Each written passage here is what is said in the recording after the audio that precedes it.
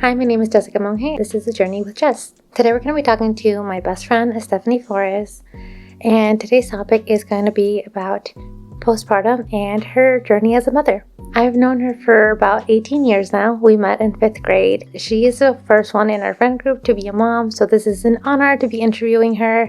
I'm so excited, and her baby's sleeping next to us as we speak. It's a very impromptu interview today, so bear with us. Estefany is a nurse at a pediatric facility here in Queens, New York, and she is a bomb-ass nurse. Let's get started. So, hey Steph, how are you doing today? I'm doing good. Thank you for having me. Why did you want to choose the topic of motherhood for today? I honestly think that it's not a topic that is spoken about honestly. We make motherhood sound like it's beautiful, and although it is, there is definitely a lot of stuff that's not so beautiful. Awesome. So why don't we start from the beginning, when you found out you're pregnant? So I guess to explain a little bit about me, I was told that I wasn't going to be able to have kids naturally. From a really young age, I was 20 when I was told that I had PCOS and endometriosis. So for about 7 years, I spent a really long and kind of painful time kind of dealing with the diagnosis. So I went to 3 different doctors. They kind of all told me the same thing. I was having multiple cysts, and they ended up towards the end, right before I found out that I was pregnant, they ended up discovering fibromas, which are masses. Not cancerous, they were benign, but it was just always, every single time that I went to an appointment, always something that was going on. Prior to meeting my partner, or my baby's dad, I kind of went in telling him that we potentially wouldn't be able to have kids naturally, and if that was something that he would be okay with. Throughout the whole time, he was very supportive, and he said that he understood that he just wanted to have a child with me, whether it was a biological one or adopted. When I found out that I was pregnant, I actually thought something was wrong. I was having lots of pain, and I'm like, oh my god, it's another cyst that is going to burst. This is why I'm feeling this way. So prior to actually finding out that I was pregnant, I thought that there was something wrong. My mom coincidentally was like, well, what if you're pregnant? And I'm like, well, if I'm pregnant, I think that it's not okay. I'm like, it could be an ectopic pregnancy. I'm like, because I'm in a lot of pain. So I ended up taking a pregnancy test. Lo and behold, I was pregnant. And I think that in itself was probably the biggest shock, because you go a really long time thinking that something won't be possible, and all of a sudden it's there. And you've always wanted to be a mom. Yeah, I think I wanted to be a mom so bad that when I found out that I couldn't be a mom, it took me a while to kind of come to terms with it, but then all of a sudden I didn't even want to try. Right, you went through grieving process probably, right? Yeah, no, I definitely was like, okay, I'm like, if this isn't something that I can have, then I don't even want to bother trying, because if it ends up not happening, I knew that I wasn't going to be able to take it well. Worse would have been if I would have been able to get pregnant and then I would have miscarried. Mm-hmm. All of a sudden, I see 2 pink lines and I'm like, oh my god, this is real. How did you feel and picture all the bodily sensations and your emotions? I wanted to throw up. I figured. But I was already nauseous. I always tell this part of the story because I think it's really funny. But on the box for a pregnancy test, it tells you 3 minutes to find results. I peed on a stick. It was 20 seconds. I didn't even get those 3 minutes to be like, oh my god, am I really pregnant? No, I was pregnant. I didn't get that 3 minutes of oh my god, is it or is it not? No. The little thing went pink, filled up 2 lines. I'm like, oh. So anyways, I did 2 at-home tests. And then I ended up going to the doctor the following week. Coincidentally, a day before Pedro, who's my boyfriend's birthday. I went and they're like, well, what brings you here? And I'm like, oh, well, I'm here for my annual. I'm like, but I also think that I am pregnant. And they're like, well, what makes you think that? And I'm like, I took 2 pregnancy tests and they said that I was pregnant. And they're like, well, we're going to take a 3rd one. And I went, okay. Well, that's kind of why you're there. And so she dips the stick and she's like, oh, no, definitely pregnant. And she's like, okay, no worries. She's like, we're gonna go into ultrasound to see how far along you are. I'm like, okay. And I'm like, can I please bring my boyfriend into this? And they're like, yes, absolutely. We'll go get him right now. So it was a little surreal for both of us to kind of be sitting in that room. What did he think when you showed him the pregnancy tests at home? He didn't. First of all, I called him to let him know that I was pregnant. and he was at work. Gosh. And he was outside, and it was really loud. And I'm like, hey, and he at that time worked with his dad. And I'm like, hey, are you by yourself? And he's like, what? I'm like, are you by yourself? And he's like, just talk, I can't hear you. And I'm like, please go to an area where you're by yourself. And he's giving me all the attitude. And I'm like, okay, are you by yourself? At this point, I'm pissed too. And he's like, yeah, I'm by myself, just talk. And I'm like, oh my gosh. I'm like, okay. I'm like, I'm pregnant. And he's like, you're what? I'm like, I'm pregnant. And he's like, no, you're not. I'm like, no, I am. And at this point, I'm crying.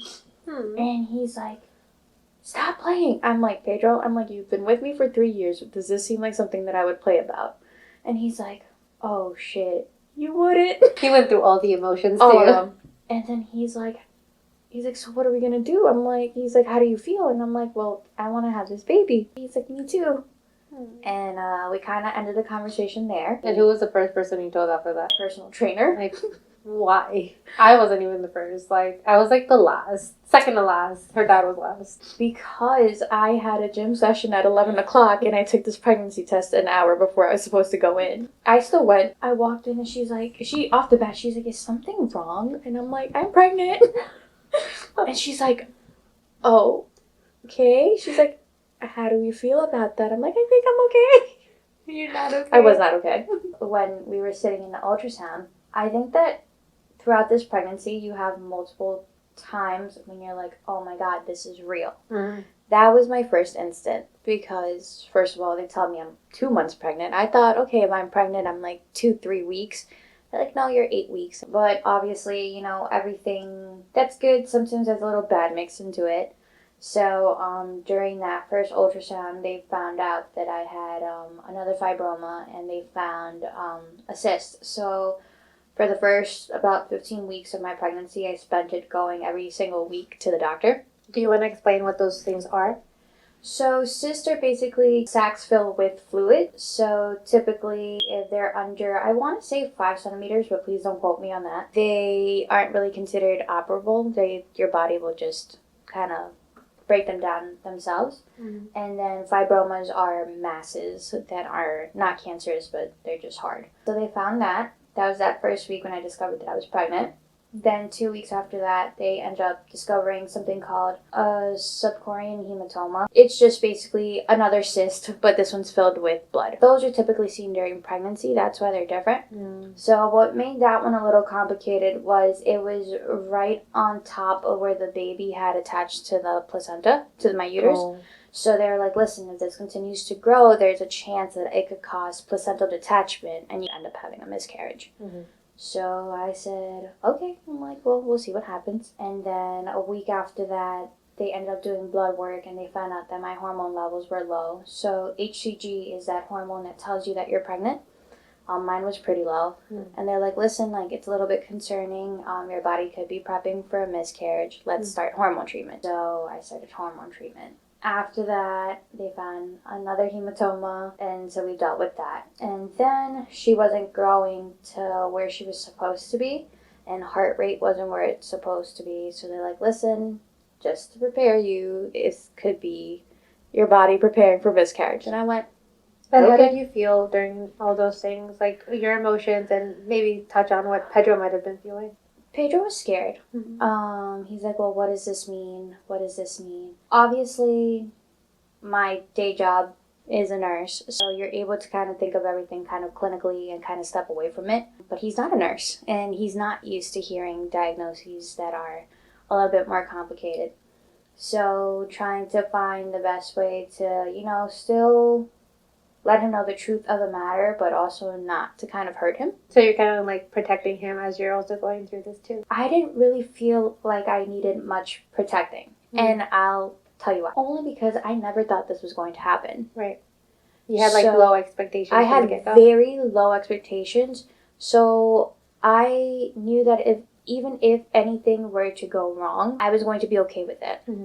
So the first 15 weeks of my pregnancy were very complicated and they were very touch and go. Every time that the doctors would tell me something new, I'd be like, okay.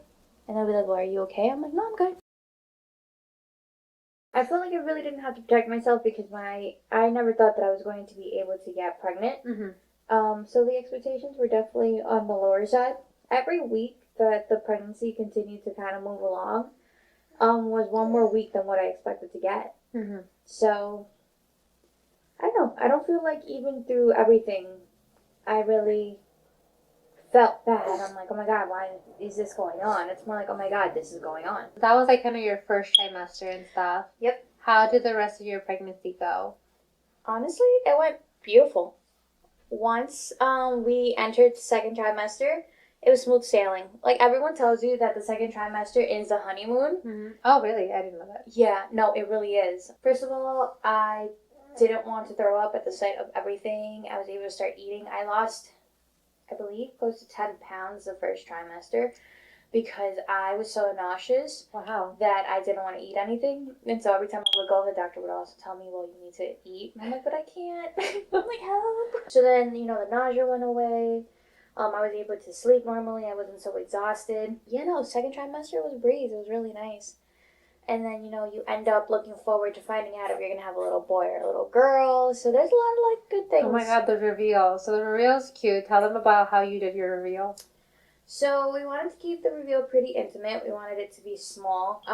Just our family and our closest friends. Typically now you could do a blood exam to let you know what you're having. I didn't want to do the blood exam. I wanted to do the old-fashioned ultrasound way. Oh, really? Yeah. So that's why I literally had to wait until 20 weeks because that's when they confirmed. So we went to get the ultrasound done and the tech is like, well, do you want to know? I'm like, no. I'm like, we're having a gender reveal with our family.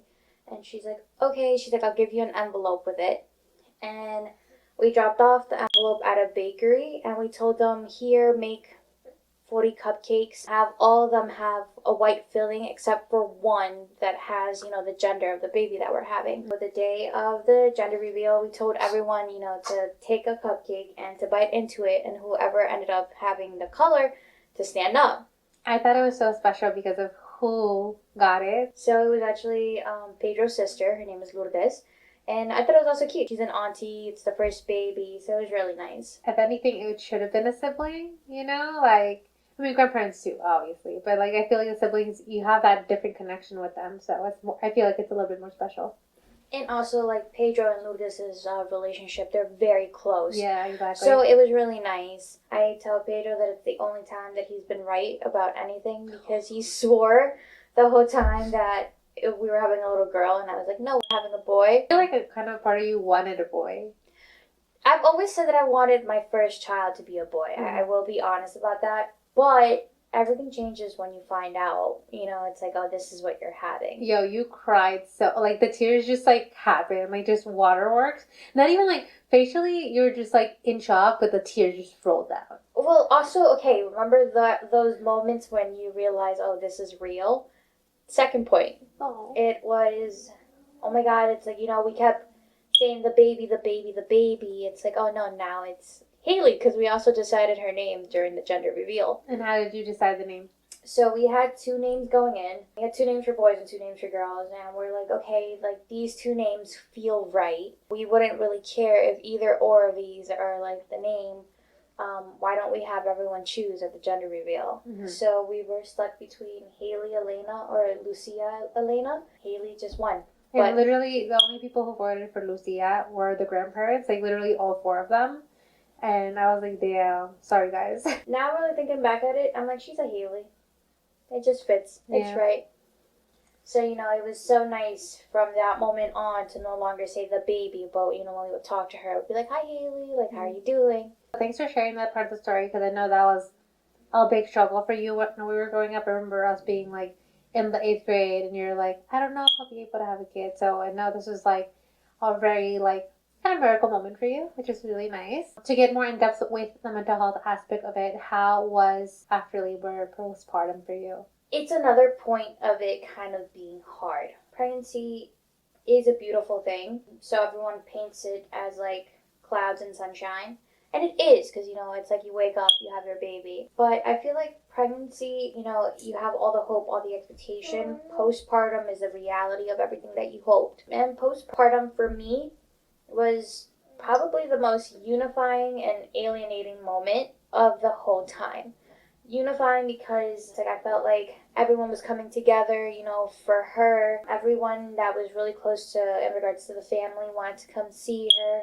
But alienating because I'm the first one of our friend group to kind of go through this. Although I know that, you know, you and everyone else were happy about it, I didn't really feel like I had anyone to actually share what I had gone through. And in a way that is kind of hard when you have a common topic that you could share with someone, at least even if it's not the same lived experience, you kind of know how the other person felt in that moment. I didn't have anyone close to me who knew how it felt. How about your cousin Guinea? I think that I didn't want it to be like a family member. I wanted to be like a friend. One of my friends. It was weird because I've never felt like any of my friends have been like, oh, like, you know, we can't hang out with you because of the baby. If anything, I feel like everyone wants to hang out with me more because of the baby.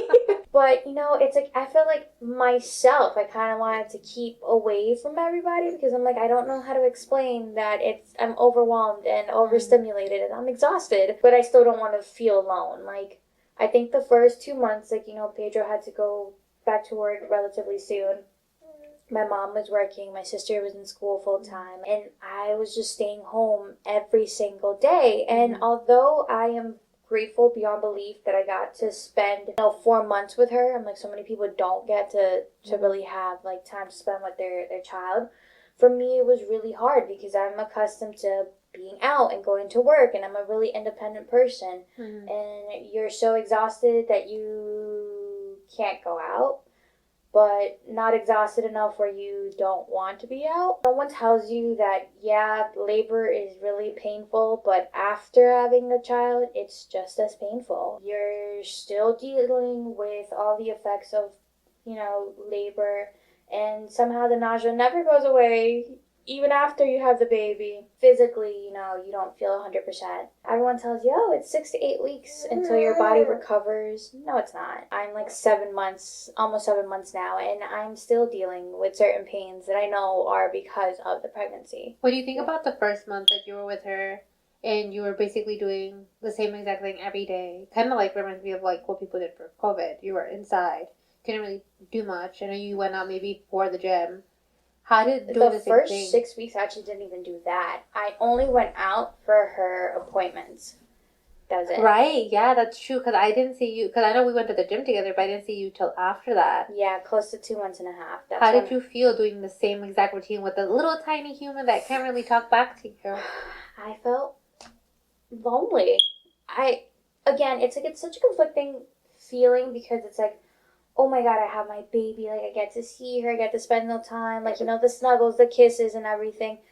But you're still lonely because it's like, this baby isn't talking back to you. You're kind of talking to yourself at some point. It's a really weird experience. It's gratifying and not gratifying all at the same time. You know that you're doing everything that, you know, is the best for your child, but there's no one saying thank you. I didn't really think about that part, you know? Yeah, and it's like, you kind of want someone to be like, hey, you go to sleep. And don't get me wrong, Pedro did help me out, you know, but he was also working. It's kind of expected for the woman to do all the childcare and to kind of bear the brunt of the work. So it was really hard for me to really be like, hey, I'm exhausted, I need help. Please hold the baby so I could sleep for 30 minutes. And it's funny because I always told myself that, you know, after I had the baby, I would ask for help and I would let people, because I'm like, I'm not going to be one of those people that's just exhausted. Yeah. Easier said than done. Why do you think that you didn't ask for help? Because I thought I could do it all by myself. Do you think it was kind of like a pride thing? No, I really thought I could do everything by myself. Pride does play a part of it. Like, you know, this is my first baby. I didn't want anyone to say that it wasn't something that I could do, or no one was going to ever tell me that I wasn't woman enough. I get that, because I feel like a lot of, like, at least like with other women that I've talked to, they've wanted to not ask for help because they didn't want to be like, oh, you can't handle your own child. And that's kind of messed up. Like, you need breaks too. I think having a baby is much more harder than having a full-time job. For sure. Can I tell you that I sometimes will not work and I will spend a full day with Hailee and I end up more tired than when I work 12 hours overnight? That's insane. And I feel like people like oversee that so much. Well, because you know what? It's like when I'm at work, I have an hour break. I could go to my car, I could sit in silence, I could play music really, really loud, I could go for a walk. When I am with the baby, there really is no break. Like, even when people were like, wait, can I guess? Sleep when the baby sleeps? Yeah. How am I supposed to do that when sleep with the baby sleeps means when do I pump for her? Breastfeeding is a journey in itself. Honestly, you could have a whole podcast just on breastfeeding. Wow. It is probably, if you ask me, other than labor itself, one of the hardest things that I had to do, and it left me with a very sour taste. If you really ask me, I think it's the one time in a pregnancy where I'm like, am I not fit to be a mother, because she never latched on. I stopped producing milk really early on, and I felt like no matter what I was doing, I couldn't keep up a supply that was good for her. So I think I felt very discouraged in myself. But as long as your baby is fed, it doesn't matter whether it's formula or breastfeeding. So it's things that you have to remind yourself. What would you say to people who are first-time moms or moms in general that don't want to ask for help?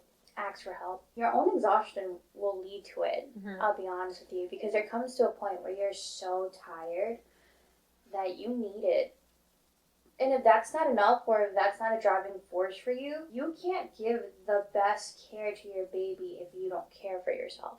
Would you advise them, or based from personal advice, to wait till exhaustion, or ask before? No, ask before. It's like, as much as you think that others are going to judge you, they won't. And if they do, then it's not the right people to have near you or your baby. Sometimes, I've been very lucky where my support system is my family. If your support system isn't your family, but is a friend, ask your friend. If you're half asleep and you're taking care of your baby, now you're endangering your baby. Don't wait until exhaustion. Ask prior to that. Don't let your own mind trick you into feeling less of a woman because you can't run on 30 minutes of sleep, a cracker, and some water. Because when you're taking care of your baby, you don't think about eating. You don't think about sleeping. Oh my God, I would sometimes go like 7 hours without emptying my bladder. I'd wait until someone would come home because I'm like, oh my God, as soon as I go to the bathroom, I'm like, she's going to wake up and she's going to cry. So what? You're not neglecting your child if she cries for 2 minutes while you're taking a sip of water. Now, if you're neglecting your child for 2 hours and she's crying for 2 hours, that's something different. Right, yeah. It's like a necessity. Like, yeah, you should be able to just go to the bathroom real quick, 30 seconds, And then, And if she cries, it's okay. They're fine. Like, they're in a safe crib, no blankets, It's not like you're doing a bad thing. You're peeing. And it's like things like that you have to remind yourself. It's like, no, I'm allowed to go to the bathroom. I'm allowed to take some time to eat for myself. And when there's people home, I'm allowed to step away and take a break. Again, 20, 30 minutes. It's good for the soul. It's good for the mind. And then you come back and you're refreshed and you don't feel this overwhelming sensation. You just feel okay to take care of your baby. Would you say you ever felt like you had postpartum depression or any of those other postpartum illnesses? No. Ooh, bless you.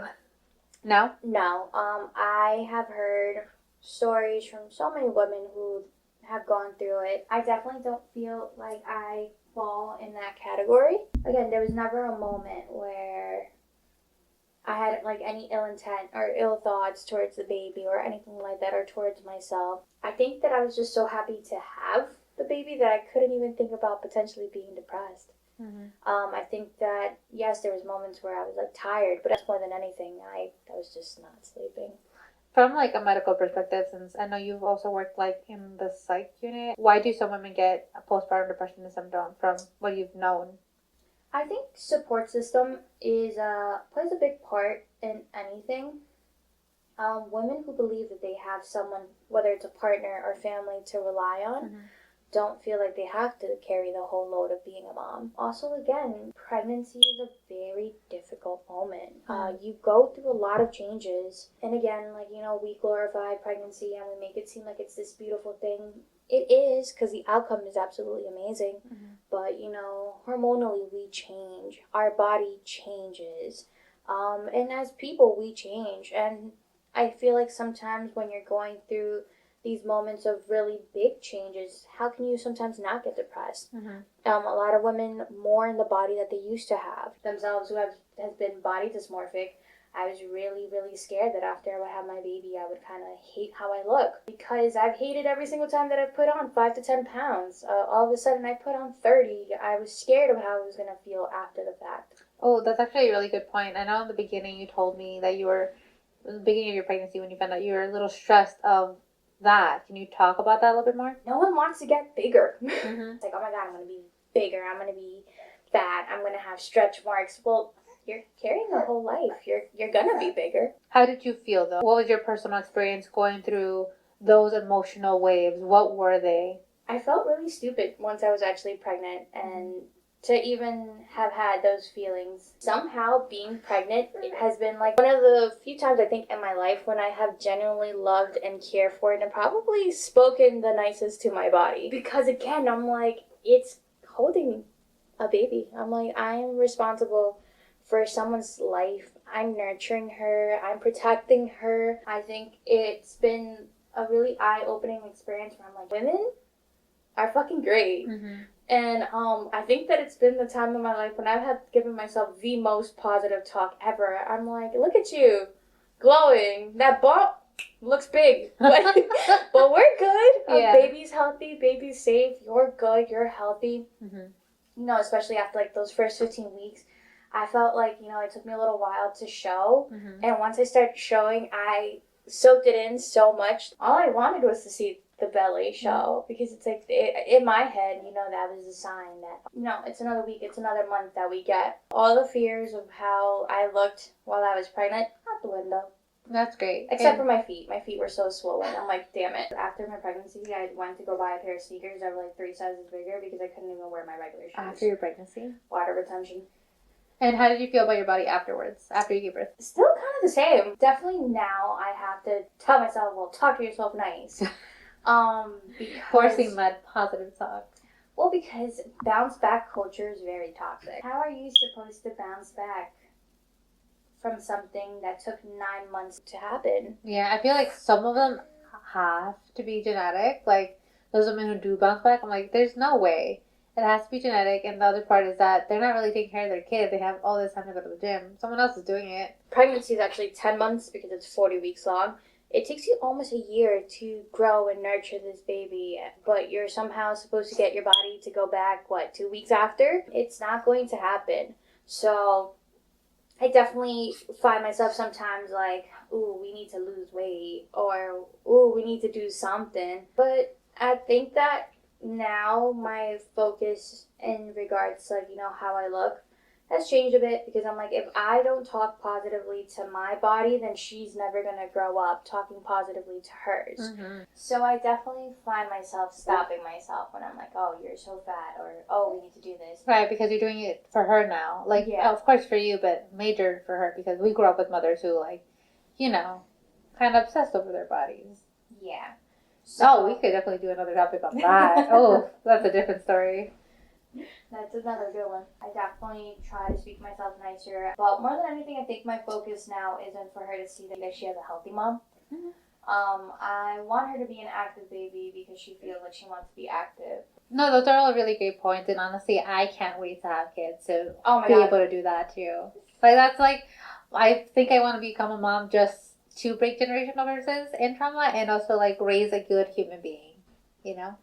And you don't realize how much your thinking shifts into that. It's like, I want her to be happy. I want her to be healthy. I want her to be, you know, a baby with a good heart. Aware that obviously the world isn't always the best place, but there is a lot of good into it. Mm-hmm. But more than anything, I want her to know that before anything, who we have to kind of love is ourselves. So moving on to a topic that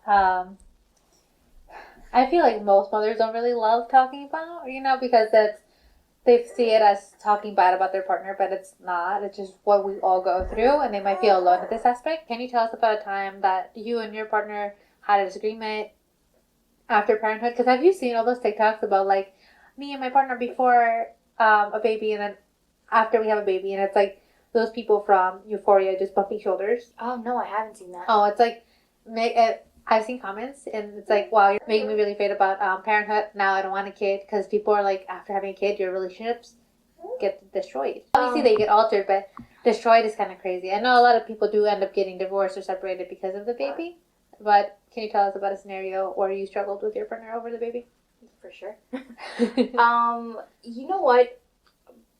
Prefacing that, I think open communication is really important for any new chapter of a relationship. Luckily, me and Pedro, we kind of talk about everything before it kind of becomes an issue. Mm-hmm. Although it sounds unrealistic, we went in already knowing that we were going to have issues. Right. No, I mean... I told him, I'm like, this baby is going to be one of the biggest tests that we're going to have in our relationship. Mm-hmm. And I'm like, and I told him, I'm like, and our relationship is going to be tested another 3 times. Mm-hmm. So he's Estefany, like, the prophet. no, and lo and behold, it was true. Mm-hmm.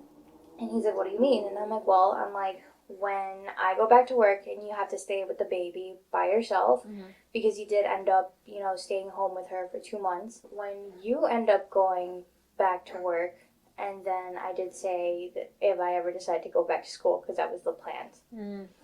And lo and behold, there was arguments specifically around those times. I think that we live in a generation where we're not accustomed to having dads, stay at home. I definitely think that we're working towards it. There's a lot more stay-at-home dads than there was maybe even 10 years ago. But it's hard, it's, staying home is typically a role that you see a mother do. And now, I made him stay home while I went back to work. And in a way, I spoke about how I felt lonely those 2 months. Not too long ago, we had a conversation. He's like, I felt lonely too. He's like, I understand how you feel and how it's like, one of the worst parts is you make these plans for your day. You're like, today I'm going to do the laundry, I'm going to wash bottles, I'm going to fold the clothes, and I'm going to do 1,000,001 things. You don't do any of the stuff on a list most of the time because the baby wakes up, there's doing something. So for him, I think it was a little humbling. I don't think that's the right word. But, grounding, maybe? Yes, I guess that's better. A little grounding to realize why I would come home and I hadn't showered and I hadn't peed and I hadn't done anything, because you really can't do anything. And so there was so many times during that time when, I went back to work when he's like, I understand. He's like, oh my God. He's like, I understand. But he didn't understand prior to that. So obviously, when I would tell him I'm so exhausted, he wouldn't understand why I was. Yeah, no, he's like, I finally understand. He's like, why you can't do sometimes even the simplest bodily functions. And I'm like, yeah, no, it's definitely all consuming. You obviously do it with so much love and care, but it doesn't make it any easier, honestly. Can you give us an example of how you guys resolved an issue, and if you can, what the issue was? So now we're officially back to work. Both of you? Yeah. So my schedule is a lot more flexible than normal. You're on days now? I'm on days now. And I work 12-hour shifts. Some weeks I do 3 days. Some weeks I do, only 1 week I do 4 days. But during the week, on the days that I am off, I will take the bulk of the nights just because, I get to stay home and I could relax. His job requires him to drive around a lot. So, I just want him to be safe. So, for the weekends, whenever he's off, we were having an issue where he was also tired. He works a lot, but I work every other weekend. Right. So, I brought up my concerns that I was still feeling tired, and that I needed a little bit more help for the weekends, that I worked, and if he could please help me out. And, he explained to me that he's also tired, and I get it. I think that I've heard that parents lose 6 years of sleep. They don't actually start sleeping well until after the age of 6. Stop. Yeah. Oh my God. But it's the best thing ever, guys. Don't be afraid. But yeah, you all sleep for the next 6 years. And if you have 2 back to back, maybe 12. That was an issue that we were having where, he would fall asleep and I would still be left doing the night stuff. And so I finally had to be like, hey, I need help. Please help me. And, I explained to him, why I was upset about it. And he's like, oh, I'm so sorry. I didn't realize that you were feeling that way because I have a bad habit of saying, I could do everything. Being honest about how I feel sometimes is hard for me. Yeah. So, he's like, I didn't know that you were feeling this way because you never said anything. Mm-hmm. And you're always offering to do it. So I'm like, no, I do it because I'm okay with being a little tired, but now I'm very tired. So please help. And he's like, no, I understand. Mm-hmm. And so now we're just splitting up the nighttime a little bit more evenly. Oh, that's good. So that one person isn't burnt out. It's more than anything, scheduling is a really hard thing. It's like, well, who's dropping off baby? Who's picking up baby? Like, unfortunately, pickups are mostly for him because I don't get out until almost 3 hours after he does. Mm-hmm. Why do you say unfortunately? Like, let's say we have an appointment or anything like that. He's rushing, he's running to make sure that he picks up on time. I can't help him with that because I don't get out on time anyways. But don't you think it's okay since you also, I don't feel like it's, you don't pull your part. I feel like you do. But, so, you know, I'm all about, like, equality and splitting things up equally. I can't help him with this. That's why I say unfortunately. But who drops them off? Luckily, not any of us anymore. Right. My sister does it. Yeah. And even then, the dropping off he was doing because I worked farther. So in those ends, I felt like I wasn't... He was doing both. Yeah, so okay. I wasn't helping him out. And I know that it's a lot, like, you know, I was telling you earlier that to get yourself ready to go out with the baby, you pretty much start 2 hours before. Mm-hmm. And you're still going to run late no matter what you do. I felt bad in that sense because I was contributing to that. Mm-hmm. Or he had to tell me that he needed help with the laundry more because he likes to do laundry. I don't like to do laundry. But he was kind of like, you know, carrying the brunt of that. And now we're doing laundry not just for us two, but for the baby too. There's always going to be little issues in your relationship, but I think that as long as you are honest about, you know, what's bothering you and also not letting that escalate to something bigger. Yeah. It's easier to solve small issues than it is to solve big issues. Right. Because then it's like it's festering and then you're upset and you're angry about not one thing but multiple things. Right. So yeah. No, more than anything, I think that one of the main arguments for most partners, and I don't want to generalize because I can't speak for most, but at least from what I've heard, time management and equal distribution in task, it's a big deal. Like, if you ever feel like you're doing everything by yourself, you're not supposed to. Right. It takes two people to make a baby, therefore it takes two people to take care of that baby. Mm-hmm. And in reality, it takes an army, not two. But, yeah. Thank you. Thank you for your insight and for this impromptu interview. I think it was great. Any final advice before we sign off? Enjoy every moment that you can. You have a newborn literally for only 8 weeks. They're only that small for those 8 weeks. People tell you to not co-sleep or not do a lot of things. Do whatever feels right for you. I think that if co-sleeping feels right for you, co-sleep. If it doesn't, don't do it. If both parents staying at home is something that is feasible, do it. Don't be so concerned in being the parent that you think that everyone wants to see you be. Be the parent that you think your child deserves. Don't be afraid to ask for help or to kind of step away and be like, I need a break. I think that as women, we need to put sometimes our feelings and our health first so that we could be the best mothers and so that we're setting the best examples for our kids. It's like if you ever question whether what you're doing enough, look at your baby. The fact that they're well, they're healthy, and that they're thriving in their own ways, that means that you are doing enough. And that's pretty much it. Thanks, Steph. Hailee, any last words? You get a smile. Any last words? Thank you, Hailee. Thanks for everyone who listened to this episode. I know it was a little lengthy, but a lot of good information. And please don't forget to follow and leave a 5-star review. You can follow me on Cipota Colocha on Instagram and TikTok, listed down below. And if you want a free consultation call to find a therapist, that's also linked down below. New episodes out every Monday evening.